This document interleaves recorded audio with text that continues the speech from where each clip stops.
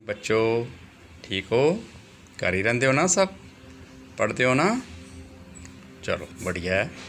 बच्चों अज आपां तुहानूं मैं 10th क्लास का नागरिक शास्त्र का पहला चैप्टर करावांगा, जिसका नाम है भारतीय संविधान दीयां विशेषतावां। बड़ा ही इंटरस्टिंग लैसन है तो बड़ा ही आपां जनरल नॉलेज का लैसन है। बेटे सब तो पहला तो सानू जानना पेगा कि संविधान की हुंदा है, इसकी सानू क्यों लोड़ हुंदी है, ये साडे लई क्यों उपयोगी है। बेटे संविधान कानूनां दे संग्रह नूं कहा जाता है, अर्थात इहो जिहा दस्तावेज जिहड़ा कि कानूनी होवे उसके समूह नूं ही संविधान का नाम दिता जाता है। आपां नूं ते पता है कि अपने देश दे विच आपां नूं बड़े अधिकार मिले हुए ने, इस दे नाल नाल आपां अपने कर्तव्यां दा निभाउंदे हां। केंद्र सरकार चलाई जाती है, राज सरकार चलाई जाती है, इन्हां सरकारां दा प्रबंध किवें कीता जांदा है, ये सबना दा वर्णन जिहड़ा है वो संविधान दे विच कर दिता जाता है। हुण संविधान दी आपां गल करिए कि अपने संविधान दे विकास विच, संविधान बनाउण दे निर्माण दे विच बड़ी एक लंबी प्रक्रिया चली सी, क्योंकि कोई भी देश ने जो संविधान बनाना होंदा है तो सब तो पहला वो अपनी संविधान सभा का निर्माण करते हैं। तो अपनी भारतीय संविधान सभा का जो निर्माण किया गया सी वो 9 दिसंबर 1946 नूं किया गया। बेटे 9 दिसंबर 1946 नूं अपना संविधान बनना शुरू होया अते ये 26 नवंबर 1949 नूं संविधान बन के तैयार हो गया। इस सारे काम दे विच 11 समागम होए, समागम मतलब मीटिंग्स होईयां।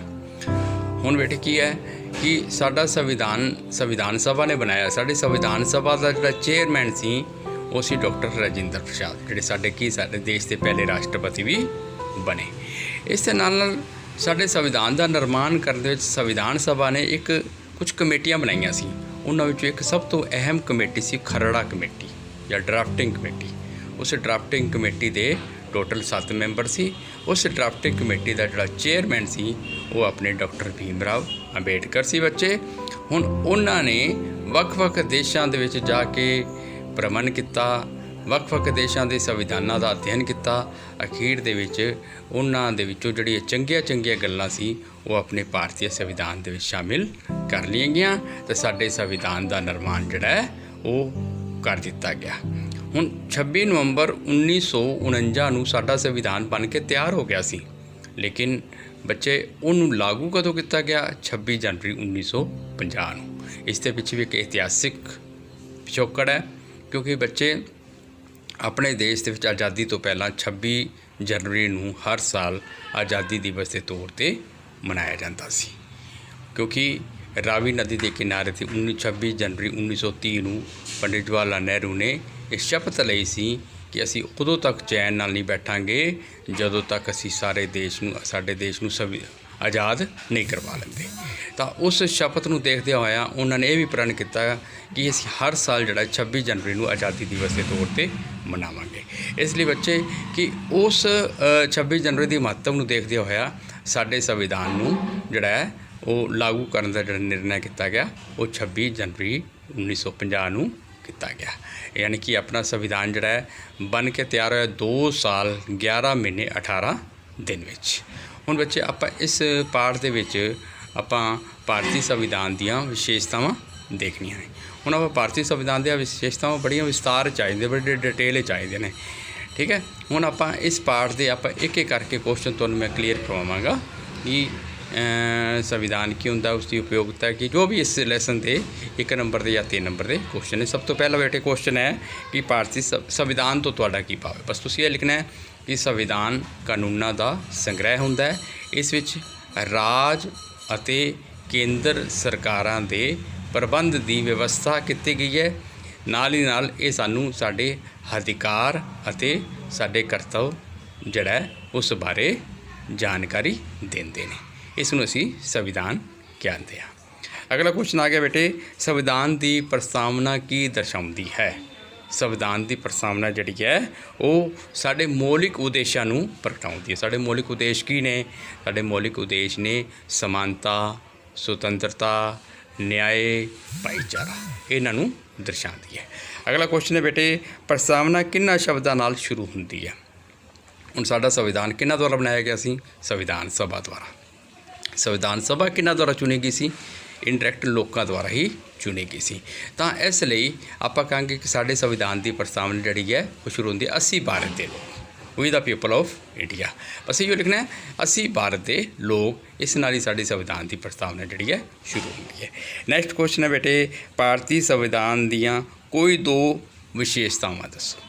हुण सब तो पहला विशेषता दे देनी है कि भारत का संविधान बड़ा विस्तृत संविधान है। विस्तृत संविधान में विशाल संविधान है, क्योंकि भारतीय संविधान दे विच साढ़े 395 अनुच्छेद ने, धारावां ने, 22 भाग ने, ते इस विच 12 अनुसूचियां ने। एडा वड्डा संविधान, एडियां धारां, एडियां अनुसूचियां, इन्ने 22 भाग किसी भी संविधान विच नहीं जिन्ने भारत के संविधान विच हैं। इसलिए कहा जाता है कि भारत का संविधान एक विशाल संविधान है। दूजी विशेषता आ गई बेटे मौलिक अधिकार। साडे संविधान दे जिहड़ा भाग 3 है उस विच धारा 12 तो लैके 35 तक मौलिक अधिकारां दा वर्णन किया गया है, जिस विच सानूं हुण जिहड़ा 6 मौलिक अधिकार जिहड़े ने वो प्रदान किए गए हैं, जिवें कि समानता का अधिकार है, सुतंत्रता का अधिकार है, शोषण के विरुद्ध अधिकार है, धार्मिक सुतंत्रता का अधिकार है, सिक्ख्या ते सभ्याचारक अधिकार है, संवैधानिक उपचारां का अधिकार है। ये बेटे 2 विशेषतावां जिहड़ियां संविधान दियां तुसीं लिख देनी है। नैक्सट क्वेश्चन आ गया, संघात्मक संविधान तो तुहाडा की भाव है? जिहड़े देश विच अपने एक संघ की स्थापना की गई हुंदी है उसनूं असीं संघात्मक संविधान कहते हैं। ठीक है, संघ की स्थापना मतलब कि अपने देश दे विच संघ भारतिक राज्यां दा संघ है, यानी कि एक केंद्र सरकार है, इस दे नाल साड़ियाँ जिहड़ियां ने 28 राज सरकारां ने, इस नूं असीं संघात्मक संविधान कहते हैं। ये सारियां एक केंद्र सरकार ते 28 प्रांत सरकारां कितों सारी शक्तियां लैंदियां ने? साडे संघात्मक संविधान तो लैंदियां ने। नैक्सट क्वेश्चन है बेटे, संघात्मक संविधान की एक विशेषता लिखो। क्लीयर है, संघात्मक संविधान विच केंद्र अते राज्यां दीयां शक्तियां दी वंड की गई हुंदी है। होर विशेषता देनी है, इस विच ये दे देना है कि संघात्मक शासन प्रणाली दे विच जिहड़ा है 2 तरह की शासन प्रणाली हुंदी है, एक केंद्रीय सरकार, दूजी प्रांतिक सरकार। नैक्सट क्वेश्चन है, भारतीय नागरिकों के कोई एक अधिकार का उल्लेख करो। हुण तुहानूं मैं करवाया ना मौलिक अधिकार बेटे, मौलिक अधिकार कितने अधिकार सी? 6 अधिकारां बेटे कोई भी एक अधिकार का तुसीं वर्णन कर देना, जिवें कि समानता का अधिकार कर देना या स्वतंत्रता अधिकार कर देना। ठीक है, नैक्सट क्वेश्चन है बेटे, भारतीय नागरिकों का एक संविधानिक कर्तव्य दसो। बेटे हुण जिवें अपने संविधान के भाग 3 दे विच आपां नूं मौलिक अधिकार दिते गए हैं, उस तरह संविधान के भाग 4 दे विच आर्टिकल 51A दे विच सानूं 11 मौलिक कर्तव्य दिते गए हैं। मौलिक कर्तव्य तो भाव की है कि सानू देश जिहड़ा बहुत कुछ दिंदा है, जिहड़ा कुछ सानू देश सुविधावां प्रदान करता है उसनूं तां असीं अधिकार कह दिंदे हैं, लेकिन उस दे बदले जिहड़ा असीं करजा चुकाते हाँ, यानी कि उस दे बदले असीं जिहड़ी देश की सेवा करते हाँ, ठीक है, देश नूं जो कुछ चुकाते हाँ उसनूं असीं ड्यूटी या कर्तव्य कहते हैं। साडा सब तो पहला कर्तव्य की है कि सानू अपने देश की प्रभुसत्ता, एकता, अखंडता का सन्मान करना चाहिए, राष्ट्रीय गीत, राष्ट्रीय झंडे का सन्मान करना चाहिए। ये साडे संविधान की विशेषता है। एक संविधान का एक मौलिक कर्तव्य है। इस नाल एक याद होर करना है बेटे, पहला अपने मौलिक कर्तव्यों की गिनती 10 सी, हुण मौलिक कर्तव्यों की गिनती जी है 11 हो गई है। इस विच किहड़ा 11वां मौलिक कर्तव्य जोड़िया गया वो है कि हरेक माँ बाप जिहड़े ने, माता पिता ने, उन्हां दा एक मौलिक कर्तव्य बनता है कि वो 6 तो लैके 14 साल के बच्चों नूं स्कूल दे विच भेजन, क्योंकि सरकार वालों ये आपां नूं एक मौलिक अधिकार भी दिता गया है कि हरेक 6 तो लैके 14 तक के बच्चे नूं मुफ्त अते लाजमी सिक्ख्या दिती जाएगी। तो इसलिए मापिओ का भी कर्तव्य बनता है कि बच्चों नूं 6 तो लैके 14 साल के बच्चों नूं स्कूलों दे विच भेजन। नैक्सट क्वेश्चन है बेटे, भारतीय संविधान दी हेठ लिखियां विशेषतावां दा व्याख्या करो। ब्रीफ करना। सब तो पहले की है प्रभुसत्ताधारी। प्रभुसत्ताधारी तो भाव की है कि साडा देश जिहड़ा है, साडे देश का जिहड़ा संविधान है वो प्रभुसत्ताधारी है। प्रभुसत्ताधारी मतलब कि साडा देश अंदरूनी ते बाहरी तौर ते सुतंत्र है। 1947 तो पहला अपना देश सुतंत्र नहीं सीगा, अंग्रेज़ों का गुलाम सी, असी प्रभुसत्ता संपन्न नहीं सी। लेकिन 15 अगस्त 1947 तो बाद असी प्रभुसत्ता संपन्न बन के असी अंदरूनी ते बाहरी तौर पर सुतंत्र हो गए। नैक्सट विशेषता दी है धर्मनिरपख राज। बेटे धर्मनिरपख राज की होंदा है? वो राज जिसका अपना कोई धर्म नहीं होता, सारे धर्मां नूं बराबर का सन्मान दिता जाता है, उसनूं असीं धर्मनिरपख राज कहते हैं। अपने देश के विच हर एक नागरिक नूं कोई भी धर्म अपनाउण दी पूरी आज़ादी है। वो मंदिर जाता है, मस्जिद जाता है, गुरुद्वारे जाता है, गिरजाघर जाता है। इस विच राज या कोई व्यक्ति दखल अंदाजी नहीं कर सकता। नैक्सट है बेटे समाजवादी। विशेषता की समाजवाद। समाजवाद किहनूं कहने? समाजवाद कहने बेटे जिस देश के विच नागरिकां नूं समाजिक ते आर्थिक न्याय या समाजिक ते आर्थिक सुतंत्रता दिती गई हुंदी है, उसनूं असीं समाजवाद कहते हैं। यानी कि कोई भी वितकरा ना करना लोगों नाल समाज दे विच, उसनूं समाजवाद का नाम दे दिता जाता है। नैक्सट है गणतंत्र। और शब्द आ गया गणतंत्र या गणराज। गणतंत्र या गणराज किहनूं कहते हैं?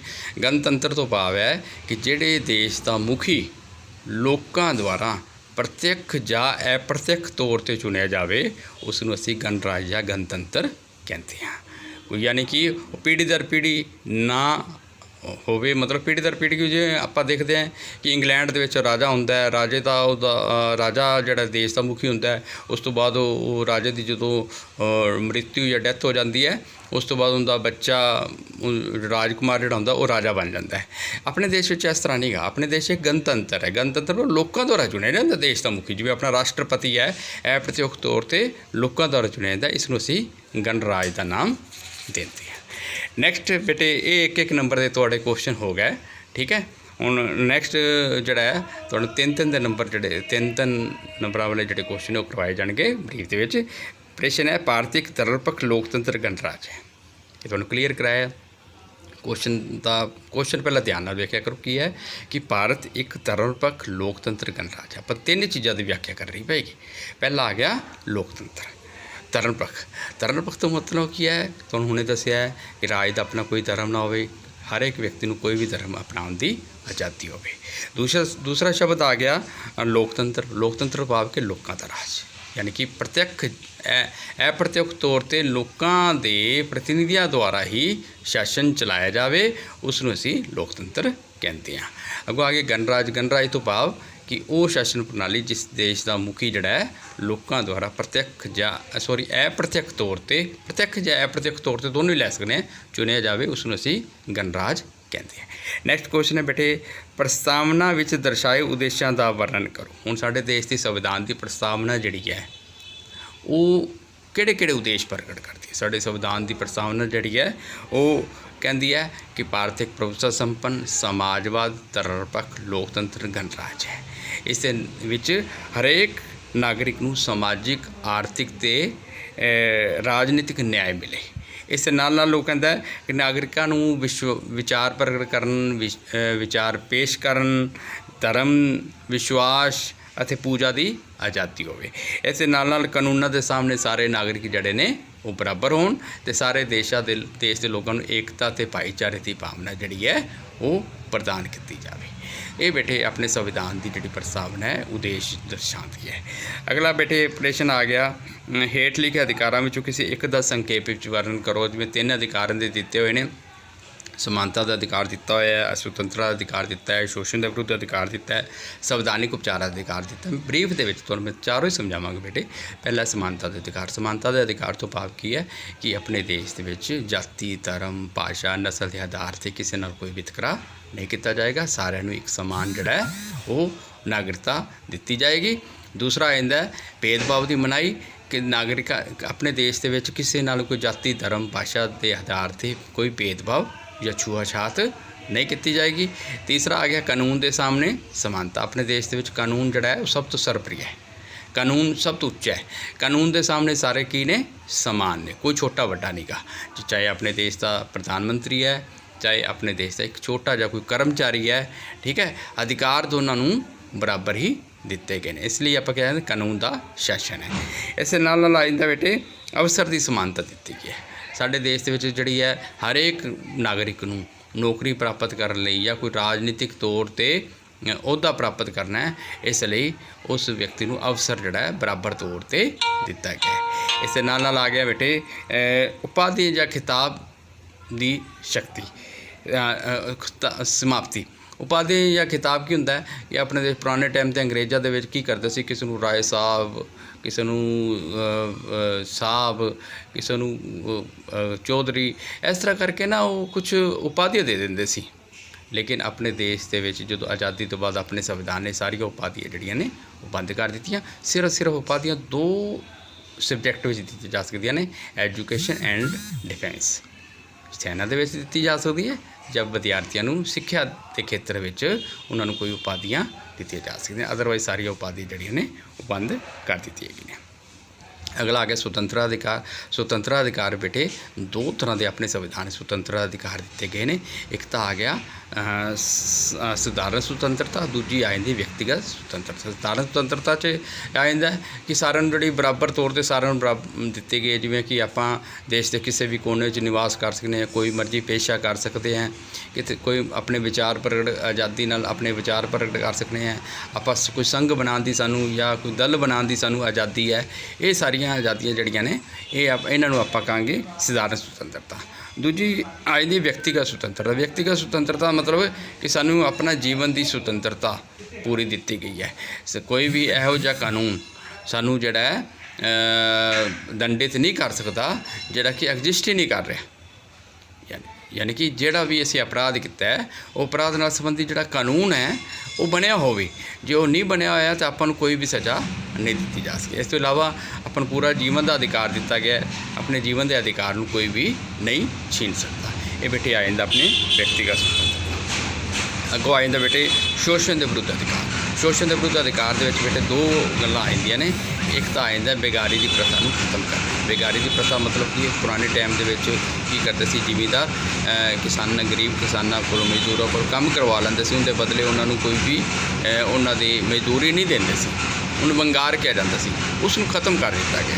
ਦੂਸਰਾ ਆ ਜਾਂਦਾ ਕਿ 6 ਤੋਂ ਲੈ ਕੇ 14 ਸਾਲ ਦੇ ਬੱਚੇ ਜਿਹੜੇ ਨੇ ਉਹ ਬੱਚਿਆਂ ਨੂੰ ਜਿਹੜਾ ਕੋਈ ਵੀ ਬਾਲ ਮਜ਼ਦੂਰੀ ਨਹੀਂ ਕਰਵਾਈ ਜਾ ਸਕਦੀ। ਬਾਲ ਮਜ਼ਦੂਰੀ ਤੋਂ ਭਾਵ ਕੀ ਹੈ ਕਿ ਉਹਨਾਂ ਕੋਲ ਕੋਈ ਕੰਮ ਨਹੀਂ ਲੈ ਸਕਦਾ। ਉਹਨਾਂ ਦਾ ਕੰਮ ਸਿਰਫ ਕੀ ਹੈ, ਕਿਉਂਕਿ ਉਹਨਾਂ ਦਾ ਸ਼ੈਕਸ਼ਨਿਕ ਵਿਕਾਸ ਹੋਣਾ ਹੁੰਦਾ ਹੈ, ਉਹਨਾਂ ਦਾ ਕੰਮ ਸਿਰਫ ਅਤੇ ਸਿਰਫ ਸਿੱਖਿਆ ਪ੍ਰਾਪਤ ਕਰਨਾ ਹੈ, ਸਿੱਖਿਆ ਪ੍ਰਾਪਤ ਕਰਨਾ ਹੈ। ਇਸ ਲਈ ਆਪਣੇ ਸੰਵਿਧਾਨ ਦੇ ਵਿੱਚ ਇਹ ਸ਼ੋਸ਼ਣ ਦੇ ਵਿਰੁੱਧ ਅਧਿਕਾਰ ਦੇ ਵਿੱਚ ਕਿਹਾ ਗਿਆ ਨਾ ਤਾਂ ਵੰਗਾਰ ਕਿਸੇ ਕੋਲ ਵੰਗਾਰ ਲਈ ਜਾ ਸਕਦੀ, ਨਾ ਹੀ 6 ਤੋਂ 14 ਸਾਲ ਦੇ ਬੱਚਿਆਂ ਤੋਂ ਕੋਈ ਕੰਮ ਕਰਵਾਇਆ ਜਾ ਸਕਦਾ। ਸਿਰਫ ਉਹਨਾਂ ਨੂੰ ਸਿੱਖਿਆ ਦਾ ਕੰਮ ਹੀ ਦੇਣਾ ਹੁੰਦਾ ਹੈ। ਨੈਕਸਟ ਆ ਗਿਆ ਬੇਟੇ ਸੰਵਿਧਾਨਿਕ ਉਪਚਾਰਾਂ ਦਾ ਅਧਿਕਾਰ। ਆਪਣੇ ਜਿਹੜੇ ਸਾਰੇ ਸੰਵਿਧਾਨ ਵਿੱਚ ਜਿਹੜੇ ਆਪਾਂ ਨੂੰ ਅਧਿਕਾਰ ਮੌਲਿਕ ਅਧਿਕਾਰ ਮਿਲੇ ਨੇ, ਇਹਨਾਂ ਸਾਰੇ ਅਧਿਕਾਰਾਂ ਦੀ ਜੇ ਅਸੀਂ ਰੱਖਿਆ ਦਾ ਆਪਣੀ ਸਰਕਾਰ ਨੇ ਜਾਂ ਆਪਣੇ ਸੰਵਿਧਾਨ ਨੇ ਇਹਨਾਂ ਦੀ ਰੱਖਿਆ ਦਾ ਕੋਈ ਪ੍ਰਬੰਧ ਨਹੀਂ ਕੀਤਾ ਤਾਂ ਬੇਕਾਰ ਨੇ। ਇਸ ਲਈ ਸਾਡੇ ਸੰਵਿਧਾਨ ਵਿੱਚ ਸੰਵਿਧਾਨਿਕ ਉਪਚਾਰਾਂ ਦਾ ਅਧਿਕਾਰ ਆਰਟੀਕਲ 32 ਦੇ ਵਿੱਚ ਸ਼ਾਮਿਲ ਕੀਤਾ ਗਿਆ ਹੈ। ਅਗਰ ਮੰਨ ਲਓ ਕੋਈ ਕੇਂਦਰ ਸਰਕਾਰ ਜਾਂ ਰਾਜ ਸਰਕਾਰ ਕੋਈ ਇਹੋ ਜਿਹਾ ਕਾਨੂੰਨ ਬਣਾ ਦਿੰਦੀ ਹੈ, ਕੋਈ ਇਹੋ ਜਿਹਾ ਆਦੇਸ਼ ਜਾਰੀ ਕਰ ਦਿੰਦੀ ਜਿਹੜਾ ਕਿ ਸਾਡੇ ਮੌਲਿਕ ਅਧਿਕਾਰਾਂ ਦੇ ਖਿਲਾਫ ਹੈ, ਤਾਂ ਆਪਾਂ ਉਸ ਕਾਨੂੰਨ ਦੇ ਵਿਰੁੱਧ ਸੁਪਰੀਮ ਕੋਰਟ ਜਾਂ ਹਾਈ ਕੋਰਟ ਦੇ ਵਿੱਚ ਜਾ ਸਕਦੇ ਹਾਂ। ਉੱਥੇ ਅਸੀਂ ਜਿਹੜੀ ਸਾਨੂੰ ਆਪਣੇ ਦੇਸ਼ ਦੀ ਜਿਹੜੀ ਸਰਵਉੱਚ ਅਦਾਲਤ ਆਪਾਂ ਨੂੰ ਇਨਸਾਫ ਦਿਵਾਉਂਦੀ ਹੈ, ਅਗਰ ਉਹ ਵੇਖਦੀ ਹੈ, ਪੜਚੋਲ ਕਰਕੇ ਵੇਖਦੀ ਹੈ ਕਿ ਵਾਕਿਆ ਹੀ ਇਹ ਜਿਹੜਾ ਕਾਨੂੰਨ ਹੈ ਨਾਗਰਿਕਾਂ ਦੇ ਅਧਿਕਾਰਾਂ ਨੂੰ ਖੋਹਦਾ ਹੈ, ਤਾਂ ਕੇਂਦਰ ਜਿਹੜੀ ਸੁਪਰੀਮ ਕੋਰਟ ਹੈ ਉਹ ਕੇਂਦਰ ਸਰਕਾਰ ਜਾਂ ਪ੍ਰਾਂਤ ਸਰਕਾਰ 'ਤੇ ਬਣਾਏ ਗਏ ਕਾਨੂੰਨ ਜਾਂ ਆਦੇਸ਼ ਨੂੰ ਨਿਰਸਤ ਜਾਂ ਰੱਦ ਕਰ ਸਕਦੀ ਹੈ। ਇਸ ਨੂੰ ਅਸੀਂ ਕਹਿੰਦੇ ਸੰਵਿਧਾਨਿਕ ਉਪਚਾਰਾਂ ਦਾ ਅਧਿਕਾਰ। ਠੀਕ ਹੈ ਬੇਟੇ। ਹੁਣ ਇਹ ਬੇਟੇ ਤੁਹਾਡੇ ਮੇਨ ਜਿਹੜੇ ਕੁਐਸਚਨ ਨੇ ਇਸ ਲੈਸਨ 'ਤੇ ਆ ਗਏ ਨੇ। ਹੁਣ ਨੈਕਸਟ ਜਿਹੜਾ ਇਸ ਲੈਸਨ ਦਾ ਕੋਈ ਪਾਰਟ ਹੈ ਉਹ ਅਗਲੀ ਵੀਡੀਓ ਦੇ ਵਿੱਚ ਮੈਂ ਭੇਜਾਂਗਾ। ਨਮਸਕਾਰ ਬੇਟੇ। ਘਰ ਰਹੋ, ਸੁਰੱਖਿਅਤ ਰਹੋ।